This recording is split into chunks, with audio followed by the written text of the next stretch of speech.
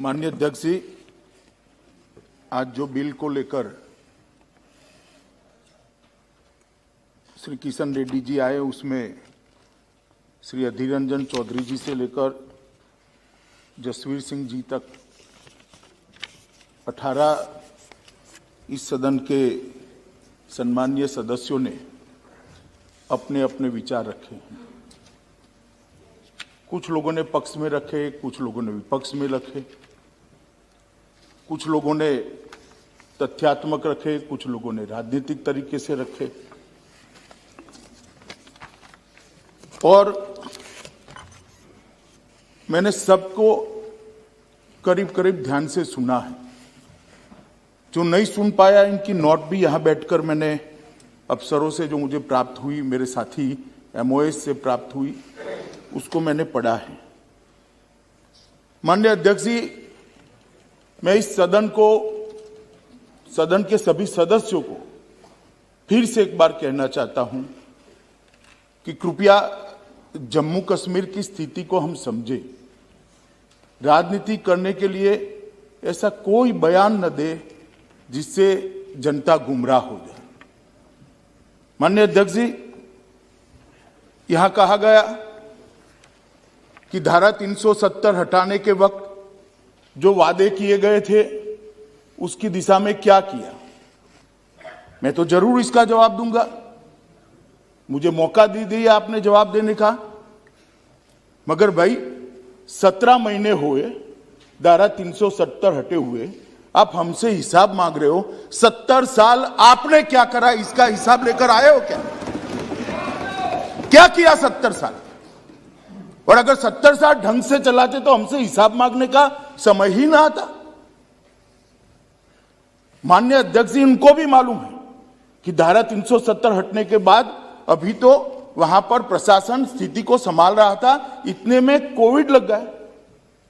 1 साल लगभग सब कुछ बंद रहा है और हमसे हिसाब मांग रहे हैं। मुझे कोई आपत्ति नहीं, मैं हिसाब देता हूं, आना पाई का हिसाब देता हूं, एक एक काम का हिसाब देता हूं, एक एक बात का हिसाब देता हूं, मुझे उसमें कोई आपत्ति नहीं। परंतु मैं इतना कहना चाहता हूं माननीय अध्यक्ष जी, जिनको पीढ़ियों तक शासन करने का मौका दिया, वो जरा अपने गिरेबान में झांक कर देखे कि हम हिसाब मांगने के लायक है या नहीं। माननीय अध्यक्ष जी, धारा 370 को हटाने का मसला कोर्ट में है। मसूदी साहब हाई कोर्ट के जज रहे हैं, सुनने के लिए नहीं बैठे हैं, मगर मुझे रिकॉर्ड तो क्लियर करना ही पड़ेगा। उन्होंने कहा कि सुप्रीम कोर्ट में मामला लंबित है। मनीष तिवारी जी ने भी कहा, वो भी चले गए, आगे अच्छा हुआ, लंबित है। माननीय अध्यक्ष जी, उनको कोर्ट का प्रोसीजर मालूम है और ये मामला कोर्ट में लंबी बहस हुआ और बाद में 5 जजों की बेंच को सुपुर्द किया गया है।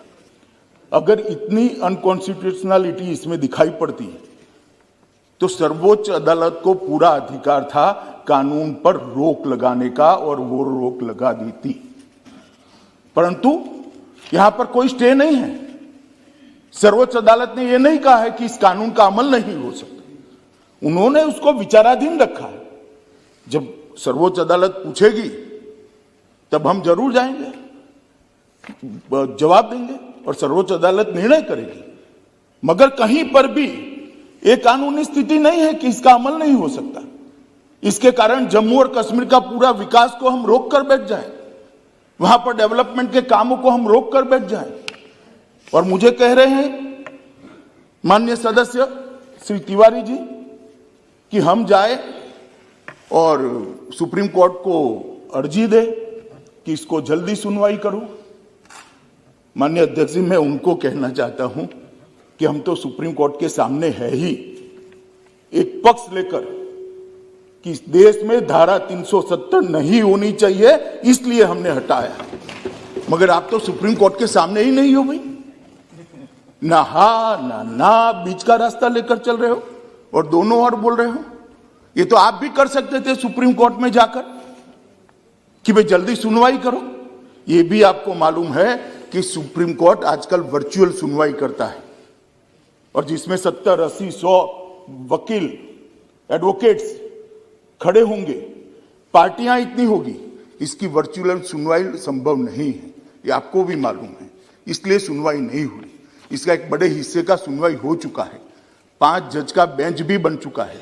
और जैसे ही सुप्रीम कोर्ट वर्चुअल सुनवाई के मोड से पुनः फिर से एक बार आमने सामने की सुनवाई करेगा, तब जरूर सुप्रीम कोर्ट अपनी प्रायोरिटी के हिसाब से इसको सुनेगा। मगर तब तक कोई काम ना करे क्या? ये किस प्रकार के उदाहरण इस सदन के अंदर दिए जाते हैं?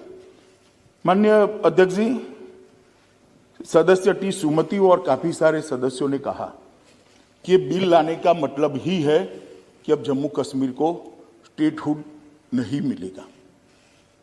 भाई, बिल को पायलट तो मैं कर रहा हूं, लेकर मैं आया हूं, मंशा मैंने स्पष्ट कही है, कहीं पर भी नहीं लिखा है कि स्टेटहुड इससे नहीं मिलेगा। आप कहां से ड्रॉ करते हो? आपकी मन की आशंकाओं को जम्मू कश्मीर की जनता पर क्यों थोप रहे हो? मैंने इसी सदन में कहा है और फिर से कहता हूं कि इस बिल का जम्मू कश्मीर के स्टेटहुड से कोई लेन देन नहीं है। उपयुक्त समय पर जम्मू कश्मीर को स्टेटहुड दिया जाएगा। और कह रहे हैं कि स्टेटहुड देना है तो एग्मूट में क्यों लेकर आए? जरा एग्मूट कैडर को ही समझ लेते। क्या अरुणाचल राज्य नहीं है? क्या गोवा राज्य नहीं है? मिजोरम राज्य नहीं है? ये सारे राज्य ही है। जरा ध्यान से पढ़ लेते तो इतनी फजीहती न होती। ये सारे राज्य है और एग्मूट कैडर के अंडर में है। जहां पर विशेष प्रकार की भौगोलिक परिस्थिति होती है, एडमिनिस्ट्रेटिव परिस्थिति होती है, वहां पर अफसर भेजने पड़ते हैं और वो राज्य के विकास के लिए जाते हैं। जो अफसर एग्मूट कैडर के हैं वही मसूरी की जगह पे ट्रेनिंग लेकर आते हैं जो जम्मू कश्मीर कैडर के लोग पहले लिया करते थे। ये ऑल इंडिया कैडर है मान्यवर। और ओवैसी साहब इसका हिंदू मुस्लिम में विभाजन करते हैं। भाई, आपके मन में सब चीज हिंदू मुस्लिम है, मैं तो समझता हूं ओवैसी जी आपको, मगर आप देश के अफसरान को भी हिंदू मुस्लिम में डिवाइड करते। क्या कंसेप्ट है आपका? एक हिंदू अफसर मुस्लिम जनता की सेवा नहीं कर सकता? एक मुस्लिम अफसर हिंदू जनता की सेवा नहीं कर सकता? किस प्रकार के देश में हम आगे बढ़ने जा रहे हैं? अफसरों की संख्या हिंदू मुस्लिम में बांटेंगे और अपने आप को सेक्युलर कहते हैं। काय का सेक्युलरिज्म? हिंदू मुस्लिम में अफसरों की संख्या बांटेंगे। इस तरह से तो मान्यवर कश्मीर के अंदर शांति नहीं होगी, ज्यादा चिंता होगी, ज्यादा उचाट होगी, संशय बढ़ेंगे। मेरा सभी से निवेदन है कि इस तरह से नहीं करना चाहिए। अभी उन्होंने एक और निवेदन कर दिया मान्यवर कि 2G से 4G विदेशियों के दबाव में किया है। ओवैसी साहब को मालूम नहीं है, जिसका वो समर्थन करते थे वो यूपीए की सरकार चली गई है। ये नरेंद्र मोदी की भारतीय जनता पार्टी की सरकार है। इस देश के फैसले ये देश करता है, इस देश के फैसले इस देश की संसद करती है। कोई हम पर दबाव नहीं कर सकता। और हमने उसको इसलिए रिस्ट्रिक्ट किया था मान्यवर कि कुछ समझने के लिए समय चाहिए था। अफवाहें न फैलाई जाए इसके लिए एक समय चाहिए था। और आप हमें पूछ रहे हो भाई अधीर रंजन जी 2G और 4G, आपने तो मोबाइल ही बंद कर दिए थे और 20 साल तक बंद कर दिए थे। वाजपेयी जी की सरकार ने आकर 2G 4G छोड़ो, मोबाइल सर्विस ही बंद कर दी थी। कहां गए थे उस वक्त सारे अधिकार? मैं आपको पूछना चाहता हूं माननीय आपके माध्यम से, कहां गए थे सारे अधिकार? जब विपक्ष में बैठते हैं तब अपने समय में क्या किया था वो भी तो थोड़ा याद रखना चाहिए, वरना फिर सुननी पड़ेगी। मान्यवर, ये हमें 4G और 2G का कह रहे, मैं अभी भी कहता हूं कि सबसे बड़ा नागरिक का अधिकार है सुख और शांति से रहने का, सलामती के साथ रहने का। सलामती जहां नहीं होगी वहां सारे अधिकारों का कोई मतलब नहीं।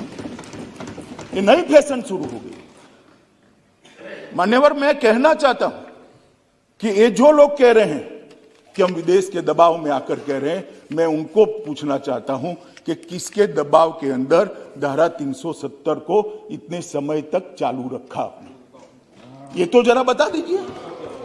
किसका दबाव था, कौन प्रेशराइज करता था?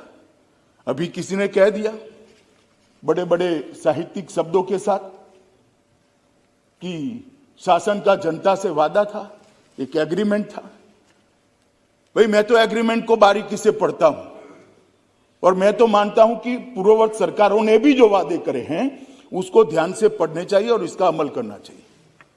370 के बारे में कहा गया कि 370 और 35 से वो देश की सरकार का जम्मू कश्मीर की जनता से एग्रीमेंट था। एग्रीमेंट जरूर था, मगर उसमें टेम्पररी शब्द आप भूल जाते हैं पढ़ने का। ये टेम्पररी था। और जो मेरा हिसाब पूछ रहे 17 महीने में स्टेटहुड कब दोगे, स्टेटहुड कब दोगे, स्टेटहुड कब दोगे, हम जरूर देंगे। मगर मैं उनको पूछना चाहता हूं, ये मैंने भी कहा है स्टेटहुड टेम्पररी है, मगर आप 17 महीने में हिसाब मांगते हो तो टेम्पररी 370 70 साल तक चली, उस वक्त क्यों हिसाब नहीं मांगते थे? एक टेम्पररी प्रोविजन कब तक टेम्पररी रहेगा? टेम्पररी प्रोविजन को क्यों उखाड़ नहीं देता यार? क्यों कोई पूछता नहीं था? क्योंकि वोट बैंक की राजनीति करनी थी। ये सरकार वोट बैंक की राजनीति से नहीं चलती। ये सरकार देश के हित में फैसले करती है। ये सरकार देश के भविष्य को सुधारने के लिए है।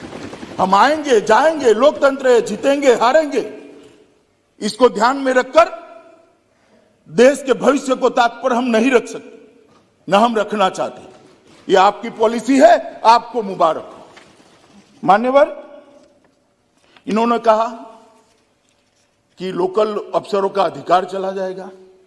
मुझे कोई समझाए भला, देश भर में आईएएस आईपीएस अफसर भेजे जाते हैं, लोकल अफसरों का अधिकार चला जाता है क्या? चला जाता है तो जम्मू कश्मीर में कैसे चला जाएगा?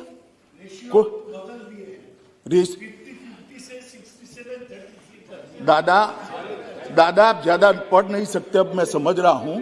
देश भर में यही रेशियो है। आपके बंगाल में भी ये, क्यों अलग रखना? कश्मीर देश का हिस्सा नहीं है? कश्मीर देश का हिस्सा नहीं है क्या?